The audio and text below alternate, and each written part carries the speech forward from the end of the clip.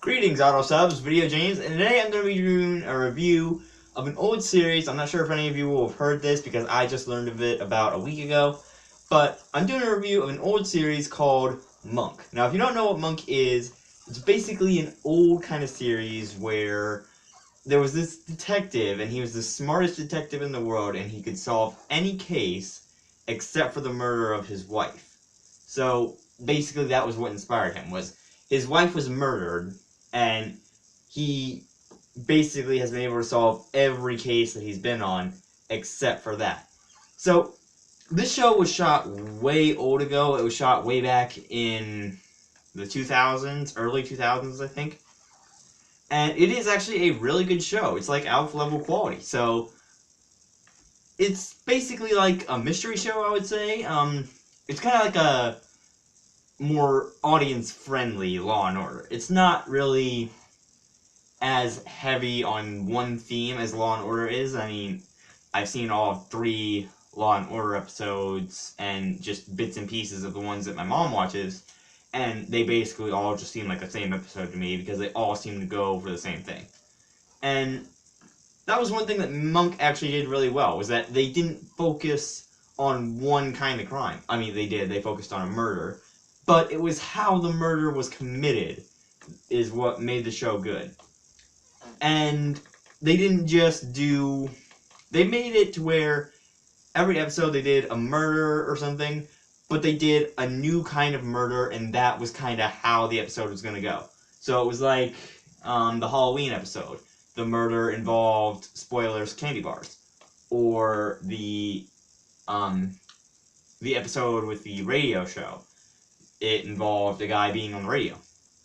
But anyway, Monk was really good in the fact that it had variety. Variety was just everywhere in Monk. You didn't see the same thing twice unless you watched, like, every episode twice. And another good thing about Monk is that it's not really without motive.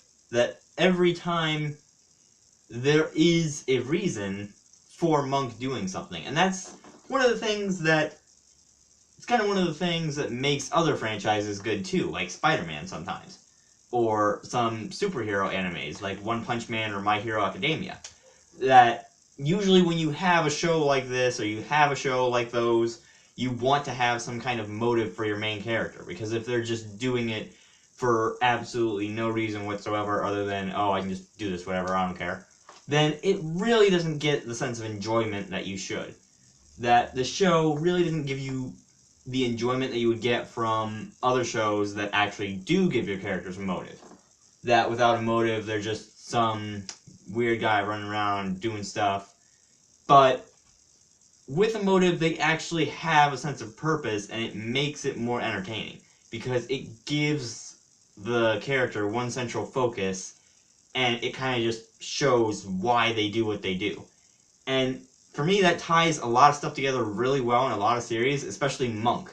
There are almost every other episode, a dead wife is mentioned.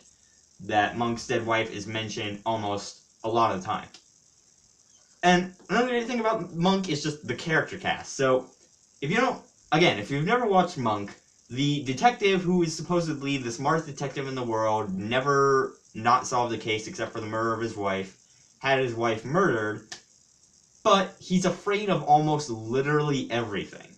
Like, I'm not kidding. He is afraid of 312 things, I believe was the number on his list, and it just kept getting bigger and bigger.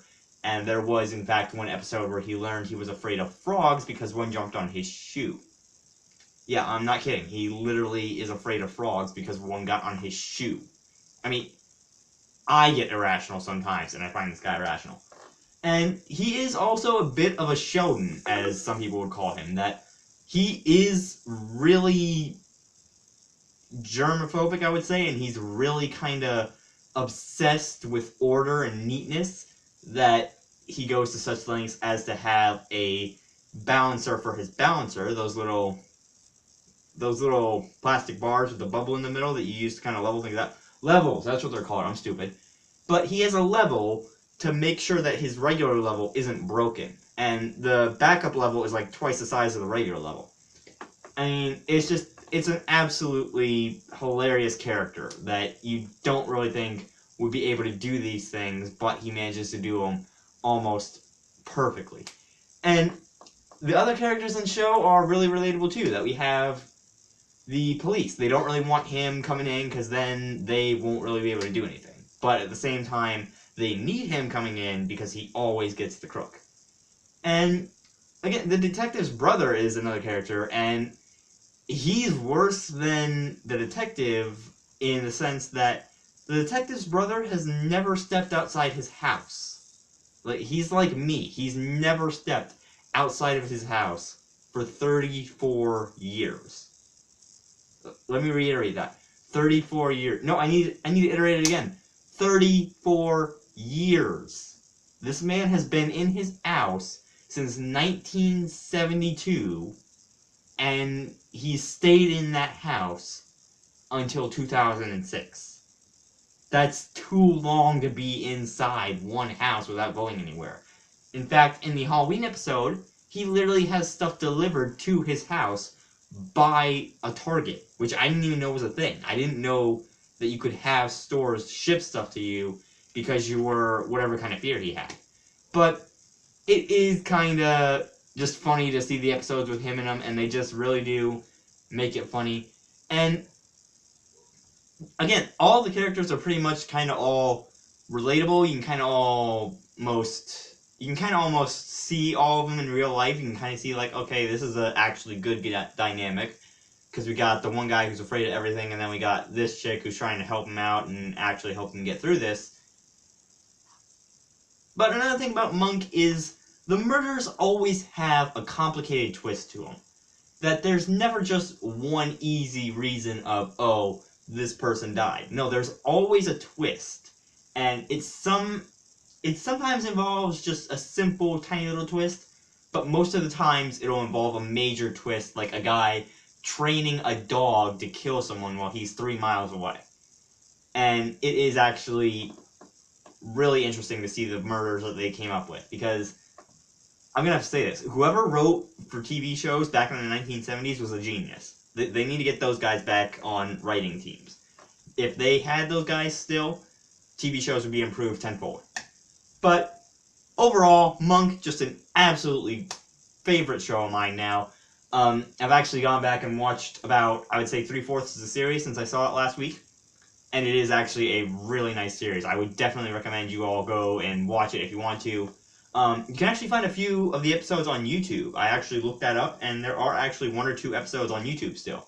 I don't know how long those will be on there until they get copyrighted, so fair game. But anyway, giving a rating for this series, I would definitely give it a 5 out of 5, because it is one of the better TV series that I've seen in my life, along with Alf and Doctor Who. But anyway, I'm going to leave this video here. I'll leave a link down in the description to a clip from a Monk episode. I'm not sure which one. I'll pick one out at some point with whatever I can find, and I'll just try and make that put that into the description. But anyway, this show definitely get a 5 out of 5 in my book. I'm leaving this video here. If you guys liked it, you can slap the like button as always, and I will see all you beautiful people in the next video.